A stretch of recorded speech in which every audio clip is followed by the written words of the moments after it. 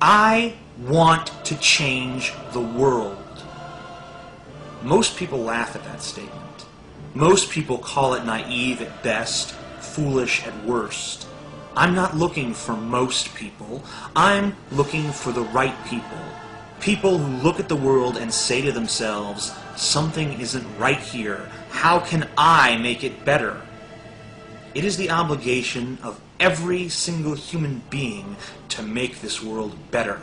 Create something, a poem, a song, a play, a film, a book, an idea, a home. Change a life for the better. Religion is evil. With every ounce of my reason, I believe that religion has done absolutely no good for humankind, and I'm still waiting for someone to disprove that notion.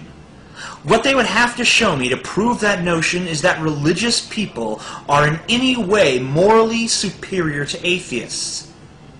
What is something good a Christian or a Muslim or a Wiccan can do that an atheist cannot? Atheists can give to charity. Atheists can volunteer to help people.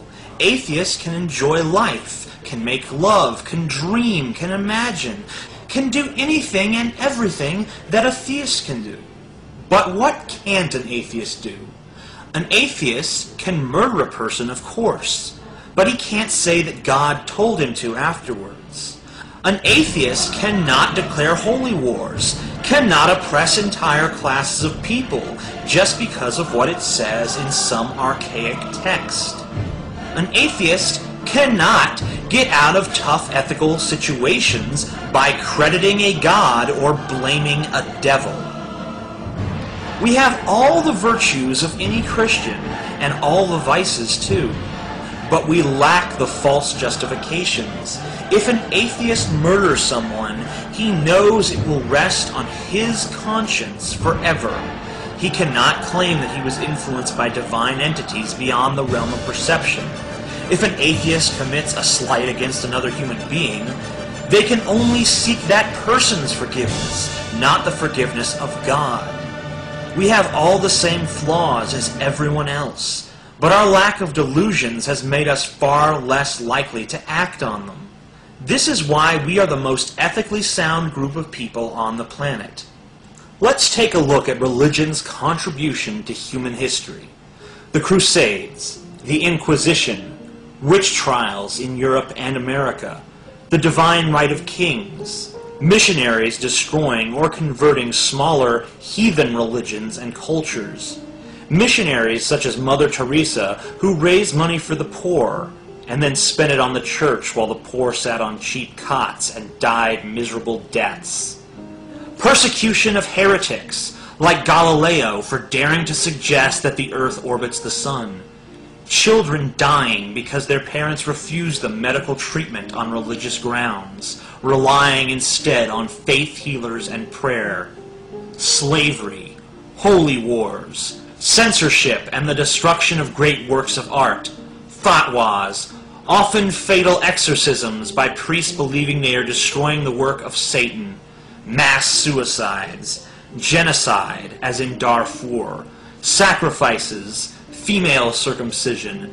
male circumcision for that matter, opposition of science, the spread of AIDS and overpopulation in third world countries and here at home due to discouragement of condoms and birth control, suicide bombers, child abuse, misogyny, persecution of homosexuals.